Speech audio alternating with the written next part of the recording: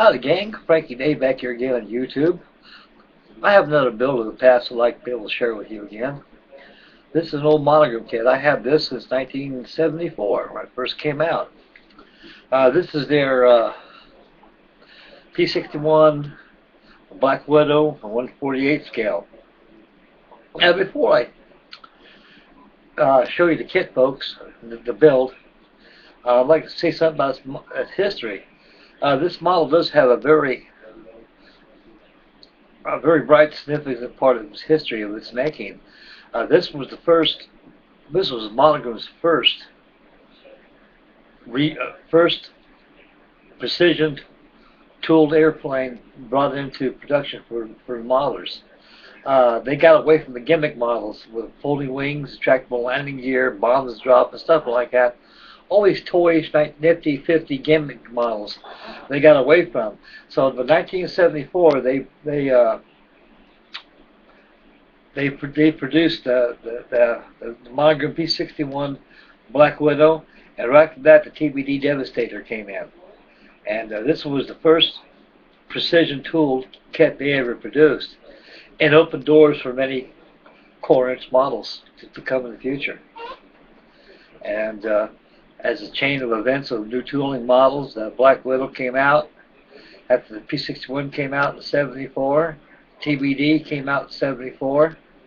And after that, 1975, the hit parade of the modelers' dreams was a 148 scale P-17 Flying Fortress, the first of its ever produced in that scale. And after that, the B-24 Liberator came out. After the Liberator came out, the B-29 came out. The C-47 Skytrain came out. The B-26 Marauder came out. The B-25 Mitchell came out. All these forerunner, first new tool designed plastic kits from Monogram. Anyway, I bought this kit from an old mail house provider, Archer's Hobby World at Euclid, California. They were a lot of you older models out there probably remember this man. It was Bob Archer, and all these scale modeling magazines right there for advertisement of model kits like Sentai, so forth and so forth as it goes down the list. As always, was Archer's Hobby World. And he was the world's first mail order house.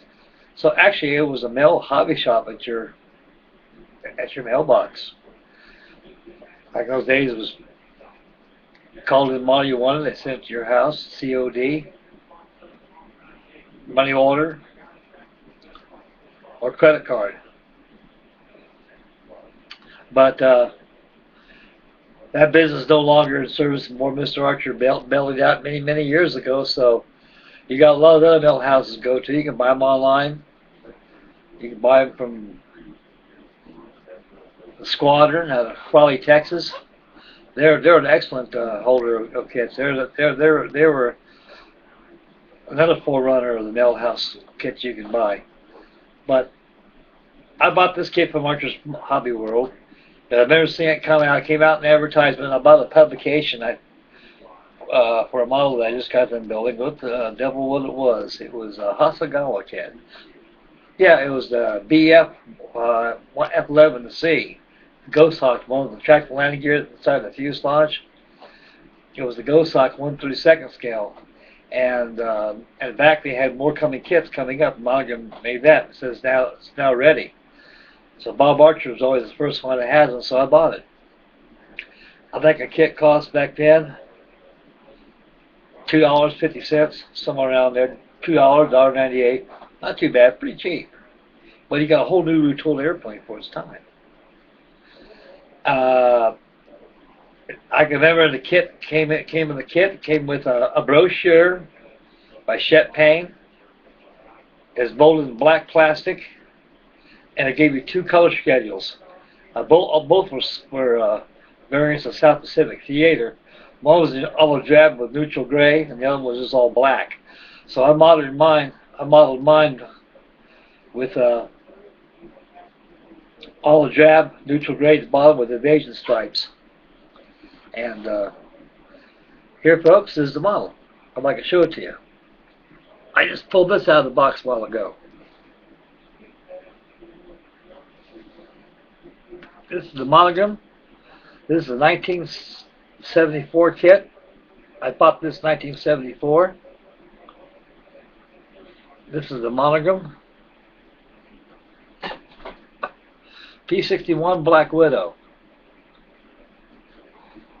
The flaps are an optional position. They can be lowered or extended. I chose a lowered position for landing. I left off the top hatch there so you can view inside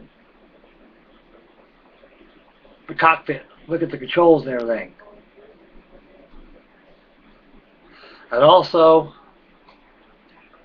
had top engine cowling showing the Pratt & Whitney engines they had. I let that off as well so you can view the engine inside there. Get a little closer to it. There you go, boys. You can see that cockpit now. I faded out all the drab I made myself using Federal color charts and using tones of grays and whites to lighten it down to give it the tropical sun effect, because all drab and black didn't last too long in the South Pacific Theater. All that tropical sunshine, they seem to get sun bleach from the sun. Okay, top view, fellas. Here's top view. Pull back so you can see the airplane in its entirety. If you look carefully, you can see the blends.